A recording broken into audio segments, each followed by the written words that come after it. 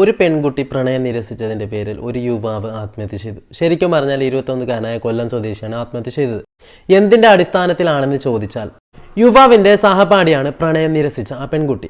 അവരോട് പ്രണയം അഭ്യർത്ഥിക്കുകയും എന്നാൽ അതിനെ കാര്യമായ രീതിയിൽ തന്നെ ആ പെൺകുട്ടി വിമർശിക്കുകയും നിഷേധിക്കുകയും ചെയ്തപ്പോൾ ഉടനെ തന്നെ ഈ മനുഷ്യൻ സ്വന്തം റൂമിലേക്ക് പോവുകയും അവിടെ വെച്ച് ഈ പെൺകുട്ടിക്ക് ലൈവായി കോൾ ചെയ്തുകൊണ്ട് തന്നെ തൻ്റെ ജീവിതം അവസാനിപ്പിക്കുകയുമായിരുന്നു ചെയ്തത്. തൻ്റെ കഴുത്തിലേക്ക് കയറ് മുറക്കുന്നതിൻ്റെ ദൃശ്യങ്ങളടക്കം ഈ പെൺകുട്ടി ലൈവായി കാണാമായിരുന്നു. പക്ഷേ എന്തൊക്കെ പറഞ്ഞാലും നിമിഷങ്ങൾക്കകം തന്നെ ആ മനുഷ്യൻ മരണത്തിന് കീഴടങ്ങുകയും ചെയ്തു. 21 വയസ്സിലൊക്കെ ഒരു കുടുംബത്തിന്റെ ഭാരം മുഴുവനും ചുമലിലേറ്റി അതും കൊണ്ടുപോകുന്ന ഒരുപാട് യുവാക്കൾ നമുക്കിടയിൽ തന്നെ ഉണ്ട്. ആ സാഹചര്യത്തിൽ 21-ാം വയസ്സിലും വീട്ടുകാർ ചിലവിന് നൽകി വിദ്യാഭ്യാസത്തിന് അയപ്പിക്കുന്നുണ്ടെങ്കിൽ ആ വീട്ടുകാർ എത്രമാത്രം അവനിൽ പ്രതീക്ഷ അർപ്പിച്ചിട്ടുണ്ടാവും, എത്രമാത്രം അവനെ ഇഷ്ടപ്പെടുന്നുണ്ടാവും.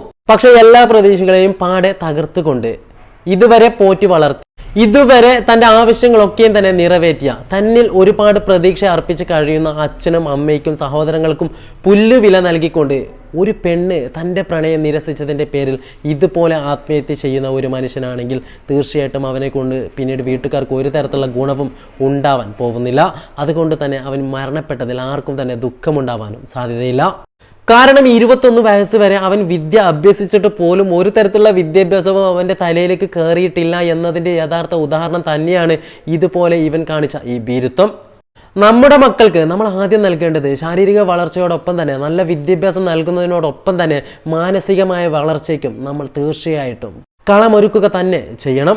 ഇതുപോലെ മണ്ടൻ അബദ്ധങ്ങൾ ചെയ്ത് സ്വന്തം ജീവിതം തന്നെ കളയുന്ന മന്ദബുദ്ധികളായ മക്കളാക്കി നമ്മളുടെ മക്കളെ നമ്മൾ ഒരിക്കലും തന്നെ വളർത്താൻ പാടില്ല.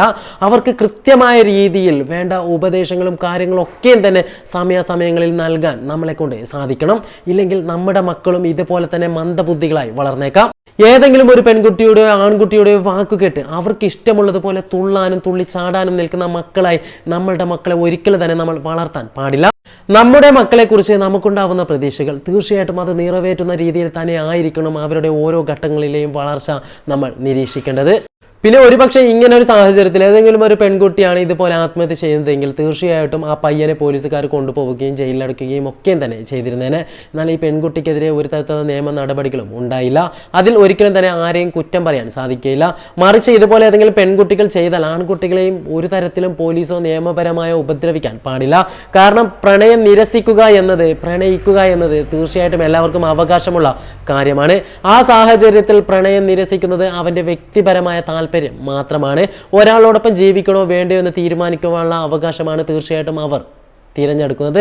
ആ സാഹചര്യത്തിൽ ഒരു പങ്കാളി പോയി ഇതുപോലെ എന്തെങ്കിലും മണ്ടത്തരം കാണിച്ചാൽ അവരെ പോലുള്ള ആനമണ്ടന്മാർ ഈ ലോകത്ത് നിന്ന് ഇല്ലാതെ എന്ന കാര്യമോർത്ത് സമാധാനിക്കാം എന്നല്ലാതെ അവർക്ക് പിന്നാലെ പോയി മണ്ടത്തരം വീണ്ടും വീണ്ടും ചെയ്യുകയും അതിനുവേണ്ടി പല ആളുകളുടെ ജീവിതം തന്നെ ബലിയാടാക്കുകയും അല്ല ചെയ്യേണ്ടത്. എന്തു തന്നെയായാലും നല്ലൊരു വീഡിയോയുമായി വീണ്ടും കാണുന്നതുവരെ ബൈ.